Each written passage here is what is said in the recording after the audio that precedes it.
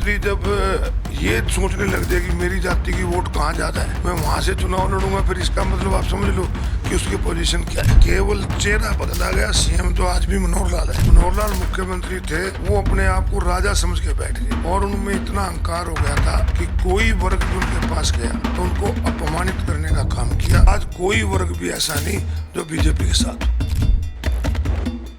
नमस्कार, checkpost news पर आप सभी का स्वागत है। आपके साथ मैं हूं जीनत सिद्दीकी। हरियाणा में विधानसभा चुनाव की सरगर्मियां तेज हो चुकी हैं और लगभग दोनों ही पार्टियां आमने सामने की टक्कर का जिक्र कर रही हैं। कांग्रेस के सीनियर नेता और हरियाणा की पॉलिटिक्स के बहुत सीनियर नेता अशोक अरोड़ा जी हमारे साथ मौजूद हैं, क्योंकि कुरुक्षेत्र अपने आप में हॉट सीट है और थानेसर का प्रतिनिधित्व कई बार कर चुके हैं।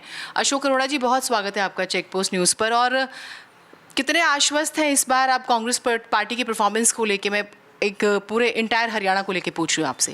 पहले तो आपका धन्यवाद, आपके दर्शकों को, देखने वालों को भी। चुनाव में आज हरियाणा प्रदेश के अंदर कांग्रेस पक्ष पार्टी के पक्ष में हवा है, क्योंकि जो 10 साल का बीजेपी का शासन था वो डेमोक्रेसी से एकदम हटके था।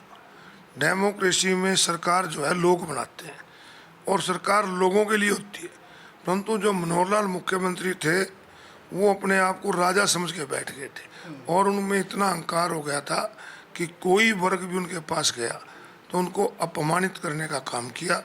जो प्रदेश का मुख्यमंत्री रहते हुए किसान आंदोलन के दौरान अपने कार्यकर्ताओं को ये कहे कि लठ उठा लो, 6 महीने जेल में जाओगे तो नेता बन जाओगे, ये मुख्यमंत्री की भाषा नहीं, उसका अहंकार था।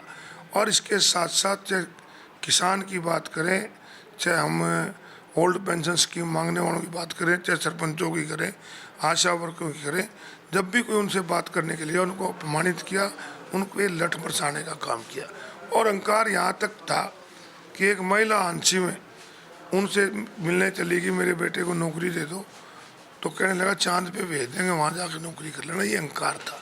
और जो लोगों की बेसिक जरूरत होती है और नहीं, बेसिक सरकार की जिम्मेवारी है, अच्छी शिक्षा मिले, अच्छी चिकित्सा मिले, अच्छी सुरक्षा मिले, सरकार वो देने में विफल रही।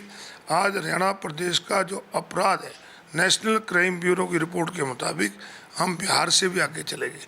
चाहे वो मर्डर की बात करें, चाहे डकैती की बात करें, चाहे फिरौती मांगने की बात करें, चाहे रेप की बात करें, हम हरियाणा में जो बड़ा शांतिप्रिय प्रदेश होता था आज अपराधियों की शरण स्थली बन गया। सीएम बदला गया और सेम एक्सपेरिमेंट, ये एक सवाल है जो बहुत इलेक्शन में घूम भी रहा है कि गुजरात का एक्सपेरिमेंट और सेम उत्तराखंड में हुआ। आपको लगता है कि ये इससे बेनिफिट होगा? क्योंकि ग्राउंड पे कुछ जगहों पे कहा जा रहा है कि एटलीस्ट सैनी की जो इमेज है, नायब सिंह सैनी की, वो करप्ट नहीं है, बहुत शांत स्वभावी हैं, 36 बिरादरी को लेके चलते हैं। इत्तेफाक रखते हैं आप? सीएम बदला गया, केवल चेहरा बदला गया, सीएम तो आज भी मनोहर लाल है। और नायब सिंह की इमेज की अगर बात करो तो मुझे बड़ी हैरानी होती है कि आप ये कह रहे हैं कि इमेज बहुत अच्छी है। नहीं, मुझे कुरुक्षेत्र में, मैं लाडवा थी कल पूरे दिन, वहाँ पे कुछ लोग ये बोलते हुए नजर आए। जो हो सकता है उनके समर्थक बोले, नहीं तो जब ये एमएलए मिनिस्टर थे, माइनिंग में इतने बड़े बड़े घोटाले करे और कुरुक्षेत्र के एमपी रहते हुए इन्होंने प्रॉपर्टी डीलर के अलावा और सुभाषुदा के साथ पार्टनरशिप करी है, इसके अलावा कुछ नहीं किया। और मैं कह रहा हूँ आज नायब सिंह चेहरा नहीं है, आज तो चेहरा अब भी मुख्यमंत्री है। और नायब सिंह की जब टिकट डिक्लेयर हुई है तो बीजेपी ने ये मान लो चुनाव से पहले हार मान ली, क्योंकि जो 3 महीने पहले करनाल से एमएलए चुने गए और उनको भी सेफ सीट ढूंढनी पड़ जाए तो इसका मतलब बीजेपी चुनाव से पहले हार स्वीकार कर चुकी। नहीं, तो आप कह रहे हैं कि करनाल इसीलिए छोड़ा गया ताकि वो अपनी सीट बचा सके, तो फिर तो लाडवा में टफ फाइट हो जाएगी। पास में ही है आपके लाडवा। निश्चित रूप से लाडवा से चौधरी मेवा सिंह जीतेंगे। कुरुक्षेत्र में स्पेसिफिक मैं 3 बार एमएलए लाडवा से भी रहा हूँ। जब एक कंस्टिट्यूंसी थनेसर थी तो लाडवा भी थनेसर का पार्ट था। मैं जानता हूँ लोग वो बाहर के लोगों को पसंद नहीं करते और मेवा सिंह ने अच्छे काम किया, विपक्ष में रहते हुए लोगों की आवाज़ उठाई है, तो निश्चित रूप से मेवा सिंह जीते। पर सैनी साहब बाहर से कैसे हुए, आप ज़रूर बताइएगा, क्योंकि कुरुक्षेत्र के वो सांसद रहे और लाडवा में तो एक फ्लाईओवर की बहुत लंबी मांग है और लाडवा से कुरुक्षेत्र का जो रोड है पानी ही पानी भरा हुआ है, इतनी बुरी हालत है। जो पीपली अनाज मंडी अगर आप जाएं तो जा नहीं पाएंगे। ये सब मुद्दे रहेंगे इस बार।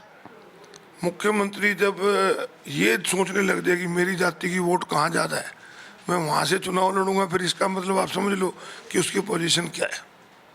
पर जाति जनगणना के तो आप जानते हैं कांग्रेस पार्टी मांग कर रही है, लेकिन वो कहते हैं कि आप जाति पाति में बांटने की कोशिश कर रहे हैं। वो अलग बात है कि 35,000 सैनी हैं लाडवा में। जातीय जनगणना की मांग जायज मांग है। रही बात सैनी समाज की, सैनी समाज के लिए भी नायब सिंह ने कुछ नहीं किया और सैनी समाज पूरी की पूरा आज कांग्रेस पार्टी के साथ है। मैं एक छोटा सा सवाल ले लेती हूँ बस आपसे।